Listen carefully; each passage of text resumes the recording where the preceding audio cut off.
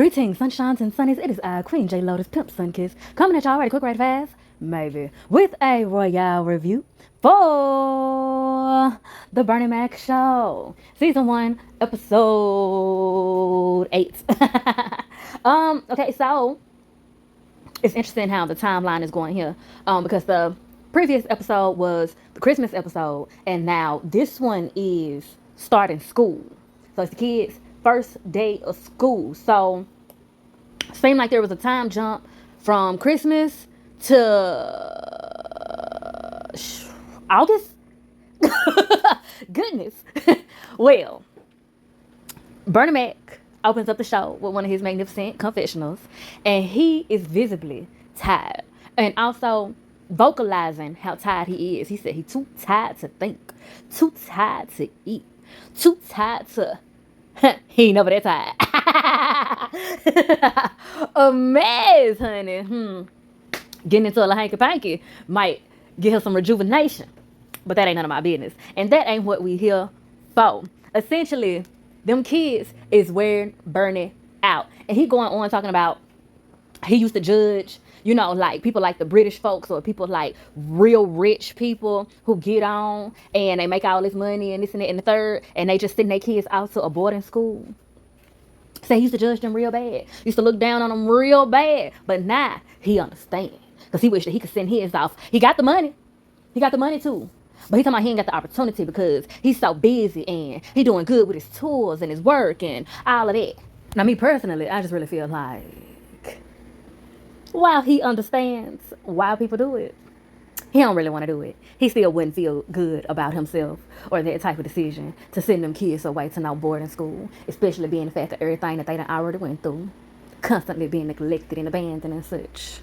So yeah, Bernie got a good heart. And I think while he's exhausted, he still, you know, is enjoying having those kids there. And if he sent them away, he would dearly miss them. Now we get to the first actual scene, and it's 7 o'clock in the morning. Bernie is laid up, the alarm is going off. Wanda is already up and dressed, done made oatmeal, and is ready to go to work. And she is waking Bernie up so that he can get the kids all ready to go for their first day of school. And he is very perfectly snuggled, talking about he don't feel like getting up right now. And Wanda said, baby, I made the kids lunches, fix them some oatmeal for breakfast, and you need to make sure that Jordan eat because his blood sugar is low. I picked out Brianna a nice little outfit, and I wish I could get the chance to see her off in it. But I got to go. Ain't got time and got to go, Ms. Ho. Okay? Come on, Bernie. Do not make them late for their first day. You only got a half hour. Period. And he hopping on up, well, not really hopping, but he's positioning himself to get up. Talking about, ain't nobody gonna be late. Everything gonna be fine. So the countdown is on. And Wanda is on his ass. Like, come on, you say you wanted some kids. Get to daddy in. So he finally gets up, moseying on. He gets up at 7:01. So he walking through. It's now 27 minutes to go. He gets in their room, waking them up like, hey, get on up. Where baby girl at? And he say good morning to him. Nessa get up, just muttering and whatnot. He talking about, if I stop feeding you, I bet you have something to say then.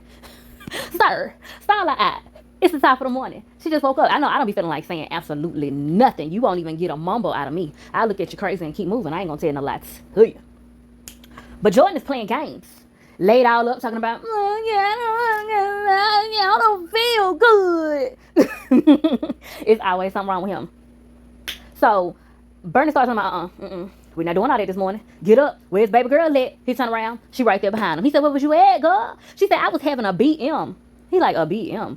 Oh, you mean you was doing number 2? She said, no, I was having a BM. Okay, number 2 is how baby said. I ain't no baby. He said, yeah, you right. You not a baby. You a big girl. She said, nah, I ain't no big girl. I'm a princess.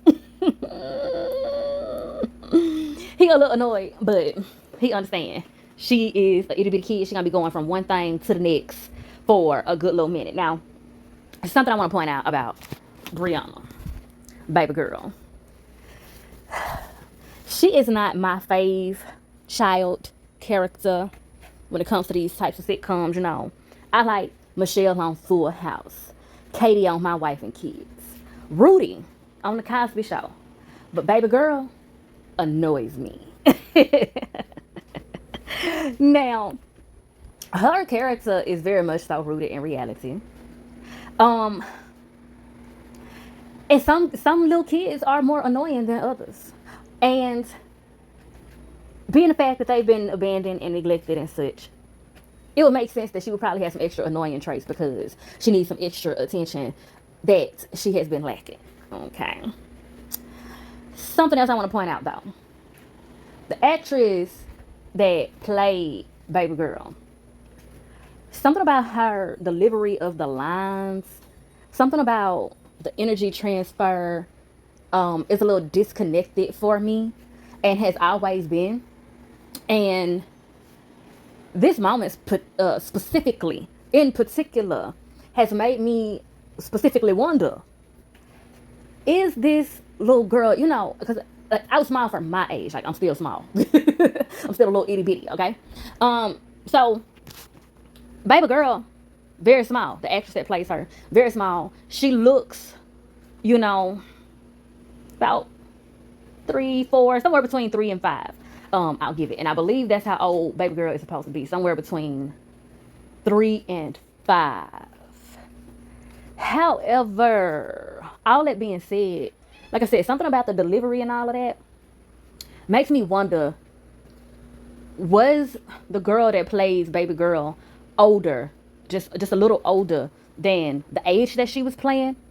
And or maybe the actress was actually a bit more well spoken than Baby Girl, the character, which would make sense because she was acting. Acting requires a lot of reading and communication and comprehension, interpretation, all that. So it would make sense if a child actor, actress, artist of any sort is a little bit more advanced when it comes to, intellect and talking and all of that than the characters that they play. So yeah, I'm gonna have to do some research, but I'm thinking that either the actress that was playing her was a little older than the character actually is, or she was actually better well spoken and such, a little more mentally mature in some way, or intellectually mature in some way than Baby Girl, the character. And playing that level of naive probably didn't really resonate with her, which is probably why it comes off a certain way to me. Now, I'm sure plenty of people have absolutely no problem with Baby Girl, the character, the way that she's portrayed and all of that, because they're just totally, enamored by the reality that it's rooted in. But that's just something I noticed. And me also being an actress, I am likely more bound to seeing deeper and feeling deeper into the situation than the average person. But yeah, enough of that. Just a little thought that I had. So Bernie has another confessional as a result of this interaction with Baby Girl. And in his confessional, he states, okay, yesterday she wants to be a goldfish. It's okay, it's okay. She's learning, okay? She gonna get to wherever she needs to be. But I'm gonna get her into Wellington, the #1 preschool. Okay, yeah, preschool. So she can't be, I'm gonna say no older than 5. I'm gonna say no older than 5, but really like probably no older than 4. So I'm gonna say that Baby Girl is 4, but I'm gonna research. Anywho, the #1 preschool in Southland, Wellington. Okay, he got the brochure. He said it's fancy. And look at the kids on here. They even look smart, just brimming with knowledge. Baby Girl gonna be on this brochure. Just wait and see. Just wait and see, okay? Because this is some quality teaching. Soon as he say that, we get a flashback to 1 week earlier, where they have gone to do, the scope out, the interview and whatnot. And the lady is telling them that they don't teach. They replace the term teach with reach. They focus on reaching the kids, okay? Getting more in touch with the kids' own individual thoughts and feelings, focusing on what they want to do. And Wanda said, oh yes, it's child-centric. She says, exactly. Bernie says, it sounds like you let the kids run the school. She said, well, yes. He, in his confessional, like, huh? So if the kids want to sit in urine, you just gonna let them sit in urine? Like, hey, class, little Jimmy wants to sit in urine, so we gonna learn urine sitting. He said, that's crazy. I'm sorry, I don't understand. I ain't trying to understand. I ain't with it. Y'all gonna be up here. Well, we had to flash back to, the actual scene.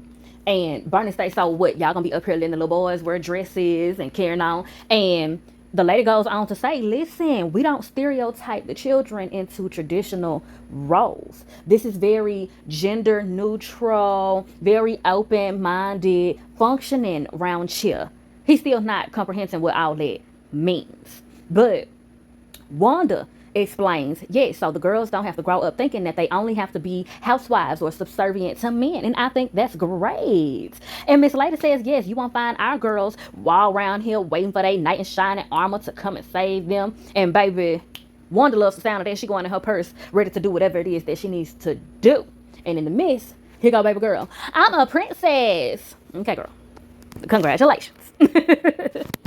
So my thoughts on all of this is neutral. Because I understand Bernie's concern, like, okay, where is the discipline? Is there any discipline? How are you handling that? How are you handling the structure? Because if it is solely based on just whatever the kids want to do, then that can result in chaos. That can result in the kids not understanding or having the opportunity to gain an understanding of consequences and all that. At the same time, I do agree with the gender neutral encouragement and being the fact that, you know, they shouldn't be made to feel like they have to be pigeonholed into just one thing. And you do need to get to know the kids, meet them where they at, embrace what they're into, have patience with them as they're going from one thing to the next as it concerns their interests and perspectives and all of that. And like Wanda said, so, you know, the girls don't feel like they have to just be housewives and subservient to men. The boys don't feel like they just gotta be hard and tough and only play football and all this other stuff. So has its benefits there as well. But clearly they was able to convince Bernie one way or another, and or Wanda was able to convince him one way or another, because seems as though baby girl is going on to Wellington. And so we come back with present morning, Bernie getting baby girl ready, and she come back in a fairy princess outfit. And he said, look, you can't wear that to school. You got to dress like a little girl. She said, but I'm not a little girl. I'm a princess. He said, look, Uncle Bernie ain't got a lot of time, okay? Okay? We don't have time for this. They got 23 minutes to go. He said, now on Halloween, you can wear anything you want to wear, but for the first day of school, you're going to have to adjust. You're going to have to change. Now, will you do that for Uncle Bernie? She said, yes. Okay, but Uncle Bernie, will you do my hair? He said, baby, Uncle Bernie don't know how to do your hair. Hold on. So he not going to try to get Nessa to come out and do the little girl hair. Nessa on my aunt, she asked you, I heard it. She muttering to herself, do it yourself. I ain't your damn slave. Oh, tisk. So Uncle Bernie, baby girl is trying to convince Bernie to go ahead and do her hair. So he go ahead and bite the bullet and goes on and take the good old college try at it. Now, Nessa knows she wrong for not going out there and doing that little girl hair, because she know that she already know what she's doing, and they press for time and they got to do their thing. Now, Nessa do gotta get herself together at least first. And I do understand that Nessa be tired of playing mama to the kids. She just want to be a kid herself, and she ain't had the opportunity to do that for real. So she ain't with that whole passing of the buck as she acts. So she threw that on back to Bernie. Now, Bernie don't know what he doing. House and never. If he's gonna be in this position, he already know how Wanda is, what her schedule be looking like, and how their dynamic is and all that. So he may just have to go ahead and learn, or at least try to learn, because you can't just be dependent on the women's for everything, okay? Just because you a man don't mean you can't learn, all right? Plenty of men be out here doing their little girl's hair, and you can be one of them, like Wanda said. Get to daddy, all right? So we follow them on into their montage of Bernie Mac attempting to do baby girl's hair. He analyzing it. He's talking about how you want your hair. She said pretty. Okay. So he got a comb. He got some oil, some water, some grease. He's talking about he gonna work the front and then do the back. Listen, she ain't got that much hair. She got some pretty hair. But it ain't that much to deal with. It's really not that hard. But Child, he's dramatic. And of course, we're gonna get the they point out that he's using greasy hairspray. And that he getting it all over his shirt. Now he's doing a real good job at moisturizing her hair, getting it all nice and hydrated. But the actual structuring of it, putting it together, he don't know how to put a scrunchie on there. He don't know what to do with them knockers. He don't understand how to part. He got to pick. It is a whole fool going on here. And all he doing is just steady oiling her scalp. He got the girl all up in the air. Now look, child, flicking bows all over the place. He got potential, but he don't know what he doing. So he finally accepts the fact that he don't know what he doing. And he like, look, I'm just going to try this again tomorrow. But right now, we ain't got a lot of time, okay? They got 21 minutes to go. And baby girl says to him, Uncle Bernie, I don't look like a princess. I mean, it's a way that he could shape her little curly fro, but he don't know what he doing. So he just give her a little hug. And we flash on to his next confessional. And he like, look, the girl do look raggedy. And it's all my fault that she look raggedy. But she's so cute and just how she is, and she is. She'll be able to pull it off. She only 5 years old. And heck, the way that they say that they run that school, and this is me talking here, the way that they say that they operate at the school, I go ahead and do a test run on it. Send her right on up there looking just like that. And if they want to help her out, there's plenty of people up there. Somebody ought to know how to put their girl's hair in just a little simple puff ball, little simple ponytail, whatever, what have you. Somebody up there ought to know what to do for the little girl and her hair, if it's like that. And also, she may get to experience being there and not being judged and ridiculed for how she look. They say that's how they conduct their stuff. So go ahead and let them give it the old college try.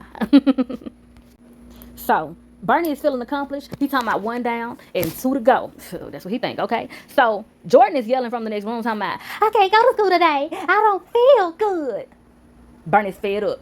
He is fed up. He said, I'm not finna play with you this morning, Jordan. I'm not fixing to play with you. And we get the truth out of Jordan as he goes to the bathroom where Nessa is at. And he's a knocking. And at first, Nessa thinks it's just Bernie coming back to harass her and such. But he like, nah, dog, it's me. It's me. Let me in or whatever. And she goes ahead and lets him in. So he gets in there saying to her that he don't think he going to school today. She like, why? You sick? He said, nah, I just don't think I'm going.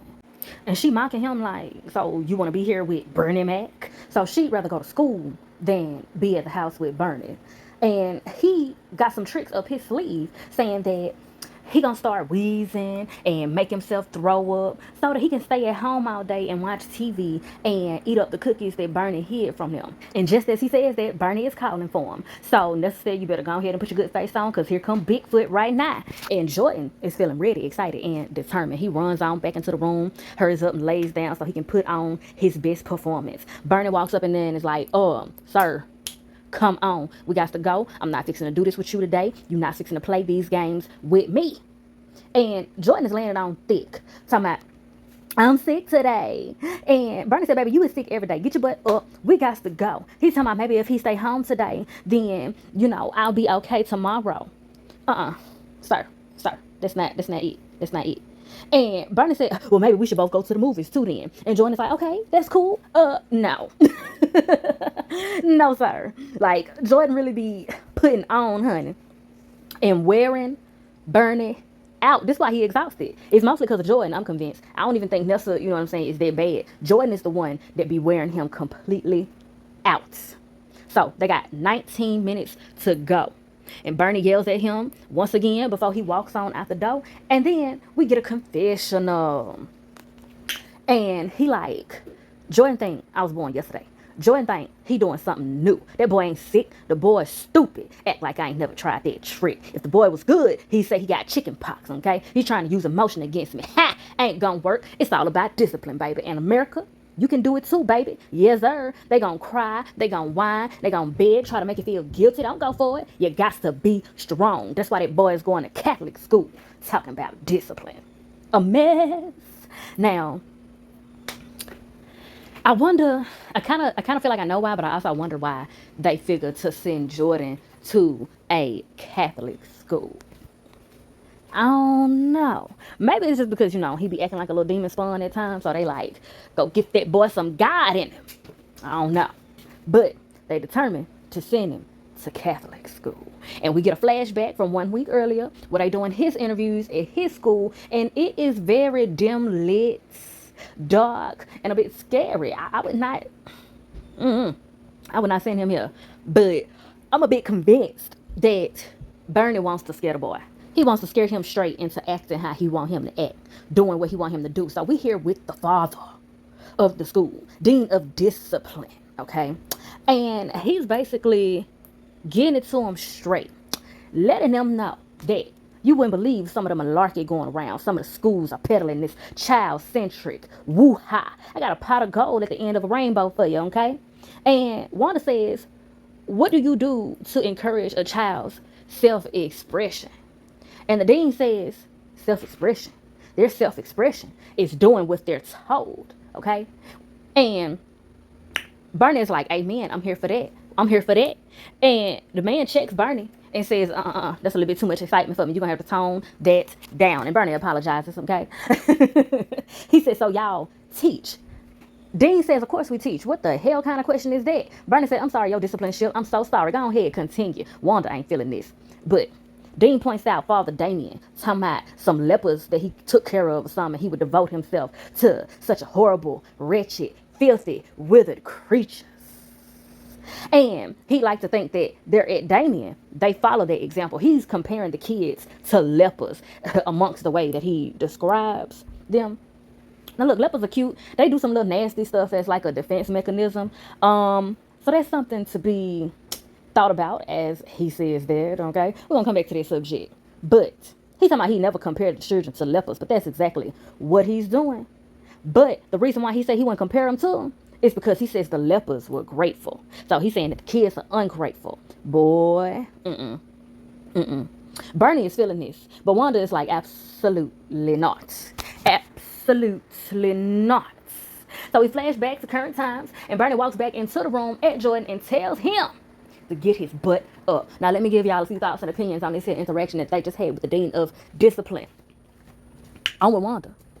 I'm with Wanda full throttle. Absolutely not. They gonna traumatize the entire crap out of that boy more than he's already traumatized. Ain't no telling what type of abuse is going on in that school. And then, you know, I ain't trying to generalize. House of Never. The Catholics have a history of a plethora of different types of abuse. Okay? So, yeah, nah. But I feel like they implementing this to kind of raise conversation about that and about the way that people think of kids. A lot of people think of kids as just burdens, subhuman even a lot of the time, and just it's kind of animalistic. And I know at one point, you know, in history, a lot of people had kids just for the sake of free labor. Hence why there is often such a master-slave dynamic between adults and children a lot of the time. And that is what this is giving. Okay? Red flag, red of the flag. So now, I am not in agreement with Bernie on this one. It's a no for me, dog. Now, back to present day, Bernie is steady fussing at Jordan, trying to get him up out the bed. Jordan is steady fussing with Bernie, like, nah, I don't feel good. I don't want to go. I ain't doing it. Yeah. Out there whining and carrying on. Now, I ain't gonna lie. The stuff Jordan be doing about would make you want to put the paws on them. Now, that's where I'm going to go back to the lepers comparison. Because he's seeing them as just little nasty, despicable creatures that need to be fixed. But a lot of the little nasty, unsavory, unattractive stuff that lepers do is a defense mechanism. And I feel like Jordan in particular, amongst other children, but Jordan is the child at hand here, I feel like Jordan in particular does a lot of this stuff as like a defense mechanism also. And it also makes me wonder if Jordan was being beat a lot by previous people whose custody he was in, because he act like a person that has been beat and abused so much that now that he's in this new situation, he's like testing Bernie to see if he's worth trusting. Like, I'm going to do the absolute most to trigger you to want to hit me because I'm trying to see how far I can push you. Like, do you really have the patience? Are you really worth my trust? Can I truly trust you not to hit me no matter what? And that's not just a child thing. Like, people do that as well. A lot of the times when people have been in physically abusive relationships, and then they get into relationships that aren't physically abusive, and or the person promises to never hit them type shit. Sometimes, and I'm not saying everybody, but there are some people that will get very provocative with new people to test out the trust. An example I can think of that would be Yvette from Baby Boy. Now, it's not blatantly said that Rodney was abusive to her, but it's implied by how much attention is given to the fact that Jody promised to never hit her, and then when Rodney does show up, she seems to be afraid of him. Like, she speaks her speech, but it don't be in the same manner and boldness and all that hoopla that she would give Jody. And then we do actually see Rodney hit her, like, blatantly, like in a manner of which he's done that before, and her response was in a manner of which he's done that before, versus when her and Jody got into it and Jody hit her, both of them had a response of shock, like, because that was some new shit. It had never happened. Okay, so I feel like a lot of that energy that Yvette would give to Jody, that would be very provocative when they would argue, like, yeah, she, is pissed off about him cheating and being a dog and all this and that, but the manner of which she was going about attacking him in arguments was as if she was trying to provoke him to hit her. Like, she was trying to bring that out of him. And I feel like the mentality is, I know I'm not going to leave you for cheating, but I really know that you ain't shit at all if you put your hands on me without remorse type shit. If you put your hands on me in a violent manner, in which after the fact, she did, initiate the breakup. They got back together, but it took for him to go through some drastic measures on her behalf and all that. And I do think that she also took into account his remorse after the fact of hitting her and being reminded that Rodney was worse. Now, it's a whole lot of other conversations that we can get into as it concerns Yvette taking Jody back. But I said all that to say, as an example of someone who had clearly been through physical abuse and gets to a space where they feel more free and fearless and using their voice and expressing their anger and just expressing themselves in general. And so they end up taking advantage of it to test out, a certain level of trust in the relationship to see if this new person is going to hit them. And that's what I feel like Jordan would be doing a lot of the times with Bernie. Now, meanwhile, back at the ranch, Bernie and Jordan are still going a backing and a forthing, a backing and a forthing, a backing and a forthing, to a point where Bernie motions to prepare to pull Jordan on up out the bed, in which Jordan responds by hopping on up and running away.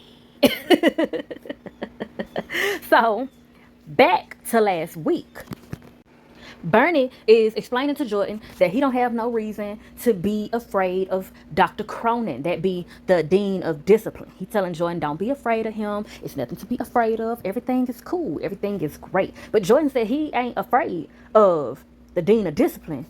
He's afraid of Jesus up there on the cross, the way that he is stylized up there and positioned and such. And me and Wanda are understanding why he has some fears about that, because that is a very gruesome image to, have around kids. I mean, you want to try to shelter them from everything else, but they can look at this, naked man figure nailed to a cross, bleeding, and okay, it's very gruesome. It's a very gruesome sight. And Wanda is saying, yeah, like the Catholics like to show you every little detail, and they just a little too real for me sometimes, especially as it concerns these kids. And she makes a note to say, no offense, Jesus. And they let us know that Jesus ain't take no offense.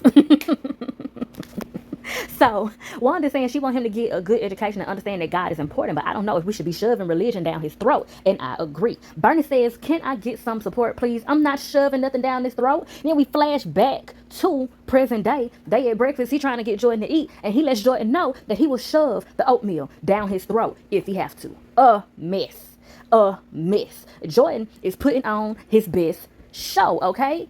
He putting on his best show because he is doing the most, trying to make himself throw up. Baby girl says she think he gonna throw up.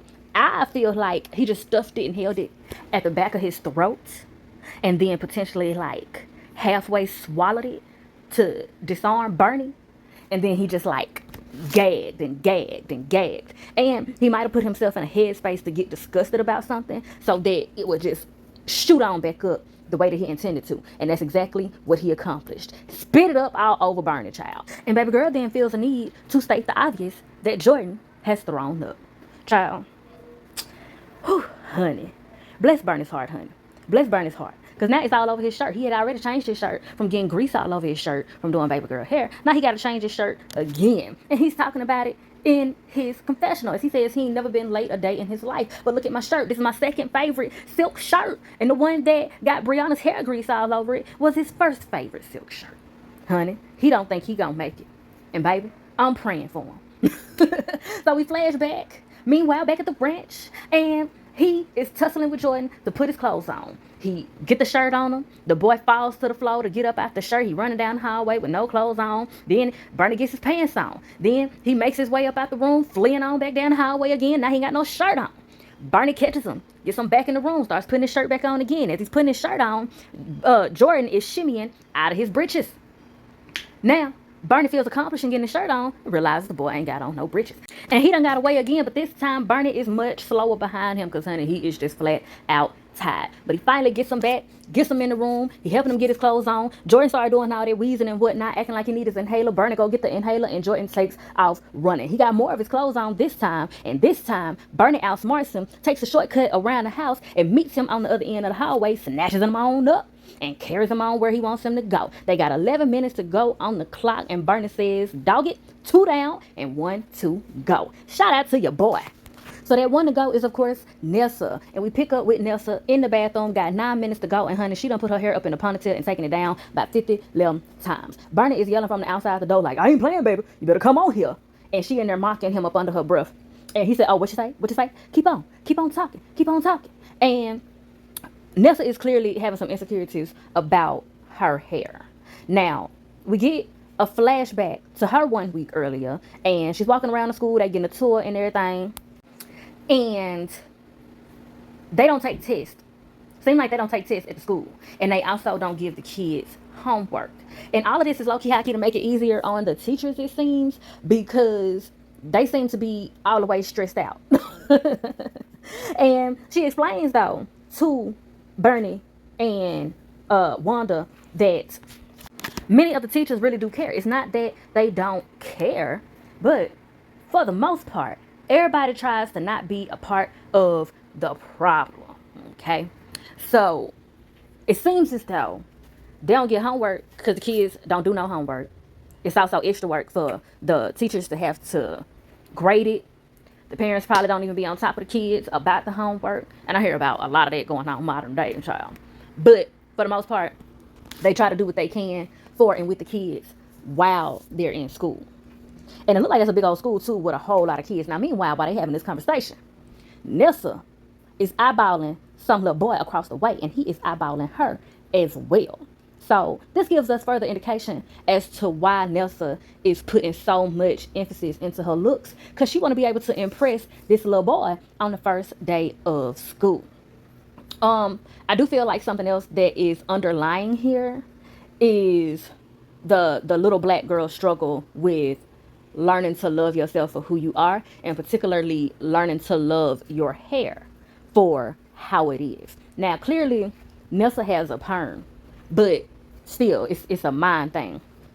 And it is unfortunate that Wanda seems to work so much, and so she didn't have time to stay behind and help get the girls ready, in particular, for school, because I feel like she would have really been able to nip that in the bud sooner and more efficiently than Bernie, because that's something that he can't really relate to. But it did give him an opportunity of challenge to evolve. So, in the midst of this flashback and their 1 week earlier things, them getting a tour of the school for Nessa, the teacher that's giving them the tour throws a little shade at Bernie, like, you know, I'm sure all of this will help with your research. And Bernie is like, my research? She said, yeah, I was told that you were doing research on everything. Ain't you famous? Ain't this all for you trying to get some part in a movie? Baby, now she got rumors. Now she got what she think is tea. All up in his Kool-Aid, don't even know the flavor. He said, honey, we just trying to enroll our niece in school, and we was too late to get her into a private school, okay? Now, we get a little flash in the midst. It's a lot going on in this scene in particular, okay? Because they having this conversation, and it's about one thing. But then we also getting these flashes of Nessa eyeballing this boy. So going back to why she was so insecure about making herself look nice and doing her hair a specific type of way, because, well, she started to get defeated, and she makes the comment, you know, maybe I should just shave it all off. What would it matter anyway? And we seeing now why she feels like, what would it matter? Because in the mist, she then looks back over and sees him talking to another girl. And the girl is lighter than her, so things are being said without being said. I feel like Nessa looked better than this girl. Okay? I feel like her hair also looked better than this girl. I ain't gonna go too far into detail into that, but I feel like Nessa got it. But we know that colorism is a thing, so it's still understandable why she like, I don't know. He might be one of them. He might be one of them. And he might be, child. But we would have to just hope and pray that it will be somebody along the way to help Nessa understand that if he is, quote unquote, one of them, she don't want no parts of him no way. He ain't worth Nathaniel. He ain't worth Nathaniel, okay? If he can't see all the beauty that she possesses, inside and out, he ain't worth it. He ain't worth it. And in the words of Bernie Mac, on House Party 3, when he was playing Uncle Fester, okay? People don't like you being yourself. Fuck them. Fuck them up against the wall with handcuffs on and crazy glue on their lips. Period. So it seems as though they get to a successful point of getting Nessa enrolled into the school, and the teacher lets them know, hey, welcome to Baja Vista. Now, they looking at her, she's clearly unimpressed, but that don't seem to be, you know, a new thing for her. As far as they're concerned, she always unimpressed. She always got an attitude. That's, you know, their perception. And it's not exactly inaccurate, but it don't be a whole lot of emotional intelligence when it comes to Nessa. Specifically when it comes to Bernie Mac's perspective of Nessa. A lot of the time, he just be initially thinking she just got an attitude because she just attitudinal. But he don't be thinking about, you know, all the stuff that's underneath that could be going on with her. It be taking him a minute to grasp the concept. So, meanwhile, back at the house, Nessa comes on up out the bathroom and Bernie yelling, now see, that wasn't so hard now, was it, baby girl? Uncle Bernie said something and you did it. Now let's try it again. Grab your bag and let's hop in the car, honey. Okay, wait a minute. That's all you taking to school? Because Nessa starts walking on back towards the bathroom. So I think all she got in her hand is just some more stuff for her hair. And he like, wait a minute, like, what is this? That's all you got for to take to school? But she don't say nothing. She just walks on back into the bathroom and slams the door in his face. Woo of the child. Now, honey, this leads us back to another Bernie Mac confessional. And he's talking to God. Now, he gonna have to. He gonna have to. That's the right thing to do. Get on in there and talk to God about it. Tell him what you want. So he said, God, I know you testing me, right? I know you testing me. You sent the devil down here to tempt me with evil thoughts, testing my faith, thoughts of killing. I know it ain't right. I ain't letting it go. I believe. I do believe. Father, you say you'll never forsake me. Don't forsake me. Give me some peace. Child, let's see if God answers his prayers. Now, still at this door, going back and forth with Nessa. And Bernie is like, bruh, please, come on. You're not going to be late for school, baby. Nessa say, who cares? They don't take attendance no way. And Bernie said, you don't care about going to school? Like, what you going to be without an education? Nessa said, I'll become a comedian like you. Bernie said, okay, you got it down, Pat. You so smart. You know, you might as well hold a class. Nessa said, I can't do my hair, honey. She getting frustrated. And really, all she got to do is just calm that stuff down to the side. But I know it's more going through her mind than the actual reality of the situation. Now, like I said, as a collective, most black women, regardless of skin tone, regardless of the hair texture, we all have our own similar and individual journeys as it concerns gaining self-love with our natural hair and with our hair in general. All the while, as I said, colorism is a thing. So, and also texturism is a thing as well. And those things can go hand in hand. So some black women's struggles are more difficult than others. So even though Nessa has a perm, and even though it's not said, it may be implied that Nessa knows that her hair texture is probably 4C. Now, I'm not saying that her hair is 4C simply because she's a dark-skinned girl, because all dark-skinned girls don't have 4C hair. There are also light-skinned girls with 4C hair. There are biracial black girls with 4C hair, okay? So I'm not saying that at all. I'm just going based off what I feel like is being implied here. Even though Nessa has a perm, I feel like it's also being implied that it's known that Nessa natural hair texture is 4C. So even though she has a perm, it's still in her mind that her hair is not the most valued and or desired by other people. So she's having a hard time valuing it for herself, especially as it concerns this little boy that she peeping out and the girl who he was talking to across the way, kicking, having a good old chummy time and what not. All the while, going back to the colorism aspect, that adds extra layers. Now, I am not dark skinned and I don't have 4C hair. So it's only so much that I can speak on that as it concerns a girl like Nessa's perspective and experience. So I don't want to just try to make up stuff to say outside of the facts that I know. So if you are and or have been a girl like Nessa, go ahead and give your own story time in the comments and let us know how you overcame, if you overcame, and the things that you are doing to overcome such stigmas. That being said, me acknowledging my limitation on experience to the situation, that is a struggle that Bernie is also having here. And in this moment when she yells that, he recognizes, what he was missing. And he has to acknowledge to himself, oh, okay, my lack of experience, my lack of ability to really relate to this in the way that she needs me to is creating a barrier. So let me humble myself and approach this from a different angle. So what he says to her is, look, Nessa, it's been a rough morning, lost 2 of my favorite shirts, been covered with hair grease and vomit, got arthritis in his hands from braiding all them black Barbie dolls hair. He out of blood pressure medicine. It has not been a good day for him. Now, he know that she want to look good for the first day of school, and he understand that, and he know that she's a teenager, and she's going through some very sensitive teenage stuff. He understand that. But Nessa, you got to understand this. Your Uncle Bernie loves you, okay? But we got to get moving. He said, he looked at the camera, he said, yeah, y'all ain't think I could do that. Y'all ain't think I could be the bigger man. Now, we hear Nessa on the other side of the door, and they're sniffling. She crying. She having a hard time, but that did seem to give her a little boost of acceptance. And she goes ahead and she allows her hair to just flow and fall out to the side. Look like she just got, a little cute little roller wrap. And it's cute. I think it's cute. Now, Bernie did all of that. Took all them good steps forward just to backtrack when she opened the door. Talking about, see, yeah, you cute. You look good. Come on now. You can finish your hair in the car. Now, why would you say that? Ain't wasn't nothing wrong with her hair. Her hair look good. See?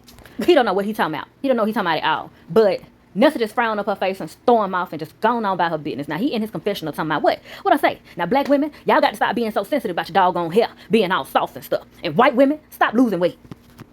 I cannot. And to that I say, Bernie, go in the bushes and weep. Okay?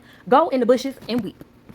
Now, we get to Nessa in the room and she doing baby girl hair. So I guess, she had a moment of growth in her own love and self-acceptance in herself. Okay, it ain't perfect, but it made some progress. Okay, so because she was able to make her own progress and get her own self together right quick, right fast, now she has the capacity to go tend to baby girl. She ain't gonna let little sis go out like that. So she in there doing baby girl hair, and she asks her how she want it, and baby girl say, pretty like yours. So Nessa say, oh, you think my hair is pretty? And baby girl say, yes, of course. And she turns on around and she says, I'm the beautiful princess and you're the beautiful queen. Oh, and that just warms our heart. And it warms Nessa's heart to a point where she tells her, hey, go ahead and put on your pretty princess costume. And baby girl said, well, Uncle Bernie won't let me. And Nessa said, look, I'm letting you. And you can tell Uncle Bernie, I said, you can wear your pretty princess costume. So I think that scene is one of my favorites out of this whole episode. Because there's an underlying discussion, once again, here as it concerns colorism and texturism. Baby girl is lighter than Nessa.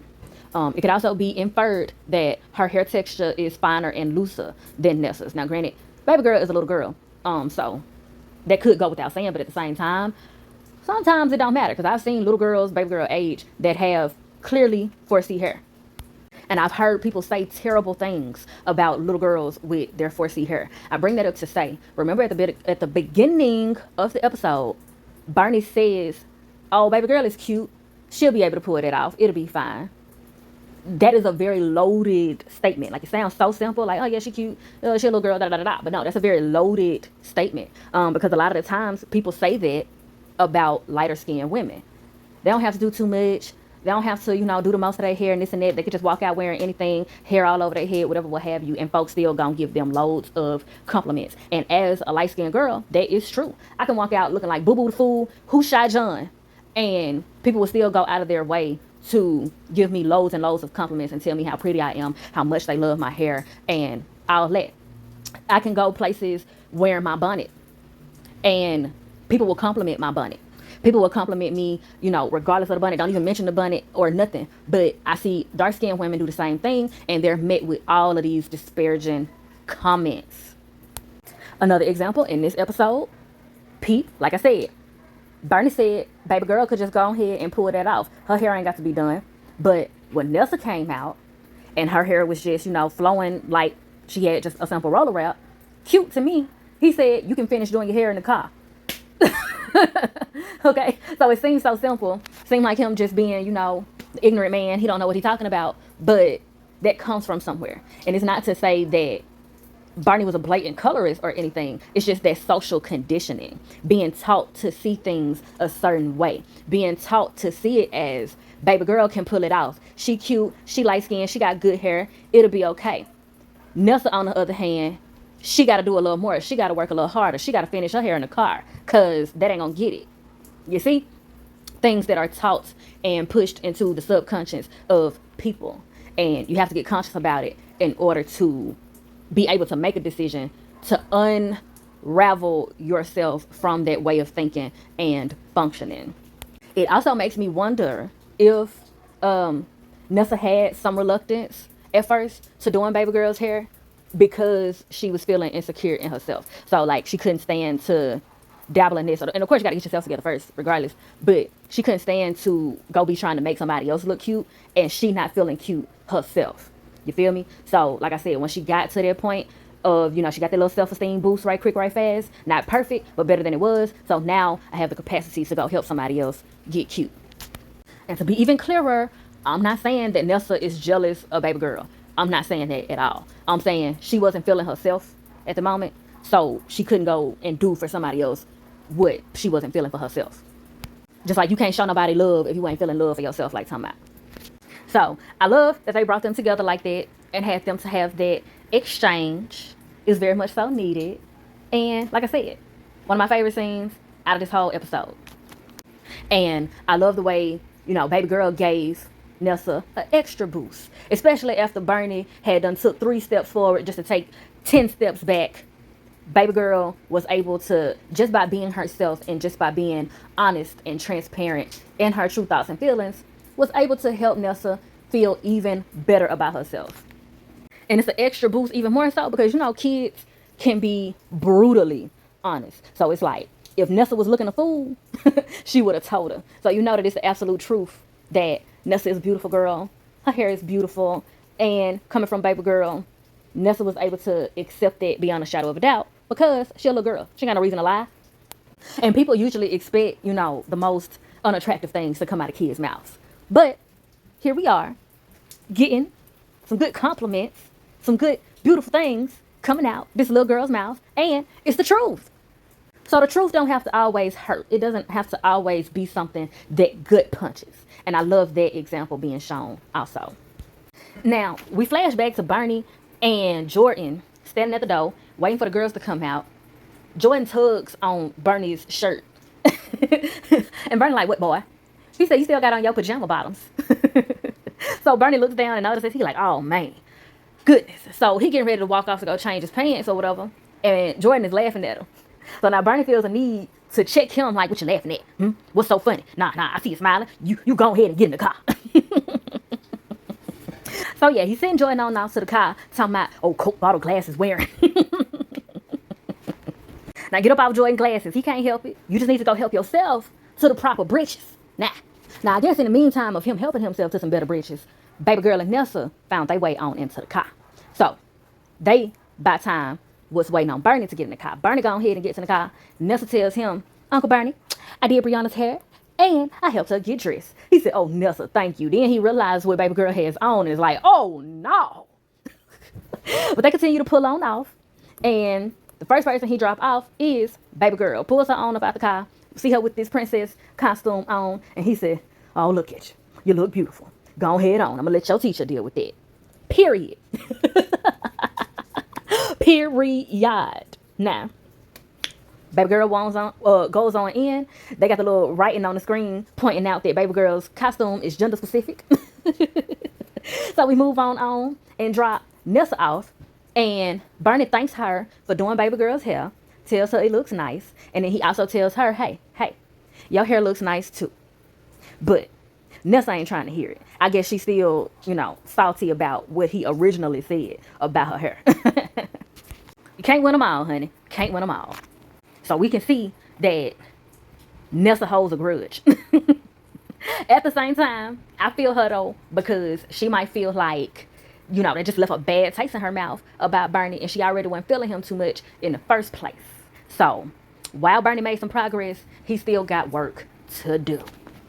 Now finally, he drops off Jordan over to his school, and he's trying to give him a pep talk saying, I know you're scared. Adjustment takes time. Everybody's scared of school at one time or another, okay? But Jordan ain't trying to hear that. He run on out to his little friend. And Bernie is shocked in a nigga named Paul, because he like, wait a minute. Wait a minute. Now put me through all of this, and whole time, you got a whole little friend that you already know. You ain't scared of nothing. You just been acting. You just been doing a whole lot of acting. And in his confessional, he going off like that little fake runt, taking me through all of this hoopla and travesty. I'm going to say it again. Boarding school. Send them away. The further, the better. Get them out of here. Europe, Asia, Ethiopia, Jerusalem, Norway. Go ahead and get your peace of mind, baby. Any other solution sends you to prison. Then he said, hey, I just realized something. I got to do all of this again tomorrow. And he begins to sob and cry. And he tells the folks to give him some privacy. Let him cry in private and maintain his dignity. The little bit that he got left. So yeah, dog, that was the first day of school. Bless his heart, honey. Bless his heart. He was taken all the way down through there. But he made it with hard work, determination, and a little bit of vulnerability. And a changing of his shirt about 3-4 times. He made it. Now, if I was a parent, I probably would have an even greater appreciation for this episode. But it's not my fave. Like, naturally, it's not a fave episode of mine. It's cool. It's not a bad episode. I enjoyed myself. It was funny to watch him go through the motions with all the different kids, and especially being the fact that all of them are in different age groups also. And they all have their own little unique things going on with them at the time. And the reason why I feel like I would appreciate it more if I was a parent, though I still appreciate the concept and what they showed, is specifically towards the fact that it gives a really good depiction of, I wouldn't even say everything, but a lot of the things that parents have to go through just to get their child in school and to school.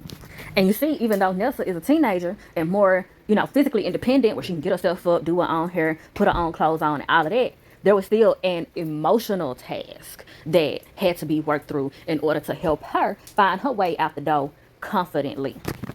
And with baby girl, you have to get her together emotionally and physically. And because Jordan is low-key, high-key special needs, he also kind of had to be handled like a toddler as well.